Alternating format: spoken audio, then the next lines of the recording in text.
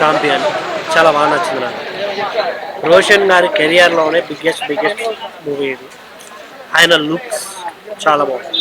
First heroine looks, heroine voice over, dubbing చాలా క్యూట్గా చాలా బాగా అనిపించింది. స్టోరీ అప్పట్లో రజాకారులు మనపై ఎలా యుద్ధాలు చేసేవాళ్ళు, మన పల్లెటూరులో కావచ్చు, మన ప్రాంతాలని, మన సంప్రదాయాలని ఎలా నాశనం చేసేవాళ్ళు బ్రిటిషర్తో కలిసి అనేది ఈ సినిమా. ఇందులో హీరో ఎక్కడి నుంచో వచ్చి తనని సాయం చేసిన ఒక ఊరికి తను ఎలా సాయంగా నిలబడ్డాడు అనేది స్టోరీ. చాలా బాగా అనిపిస్తుంది. బ్యాక్గ్రౌండ్ స్కోర్ ప్రతి నిమిషం నేను ఒక యోధుడిలా గుర్తు చేస్తూ ఉంటుంది. ప్రతి సెకండ్, ఎవ్రీ మూమెంట్, అరే మనం ఆ ప్లేస్లో ఉంటే ఇలాగే ఉంటాం కదా, ఇలాగే చేసే వాళ్ళం కదా అనేలా వినిపిస్తుంది, కనిపిస్తుంది. చాలా బాగా అనిపించింది.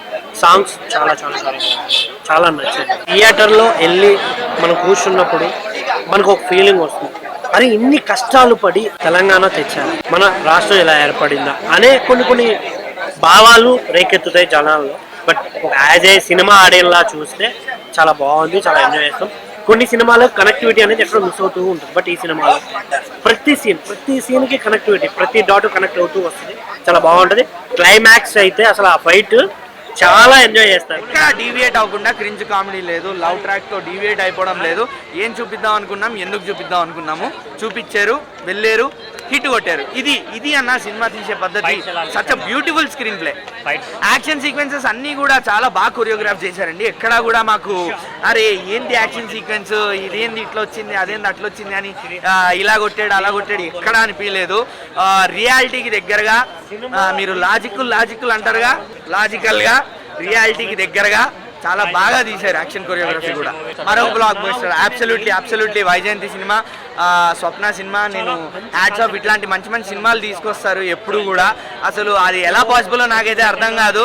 వెయిట్ చేస్తారు, గ్యాప్ ఇస్తారు, హిట్ కొడతారు, రిపీట్ సైలెంట్గా. And out of the syllabus సినిమాలో దుల్కర్ సల్మాన్ గారు నాకైతే ఇంకా మైండ్ పోయింది. అసలు దుల్కర్ సల్మాన్ గారిని చూడంగానే మైండ్ ఎగిరిపోయింది నాకు. ఇంకా రోషన్ని, దుల్కర్ సల్మాన్ని చూస్తుంటే ఎవరిని చూడాలో అర్థం కావట్లేదు. ఇక్కడ ఈయన కూడా డామినేట్ చేస్తున్నారు రోషన్ గారు దుల్కర్ సల్మాన్ని. ఆ 2-3 మినిట్స్ ఏదైతే ఉందో చాలా బ్యూటిఫుల్గా తీశారు. ఆ చిన్న సీక్వెన్స్ కూడా నేనైతే ఇట్లాంటి సినిమాకి రేటింగ్ ఇయ్యానన్నా, బట్ 4 ఇస్తాను. మీరు అడుగుతున్నారు కాబట్టి. ఇలాంటి సినిమాకి రేటింగ్ అక్కర్లేదు, బస్ వెళ్ళిపోండి, తెలుసుకోండి మన చరిత్ర.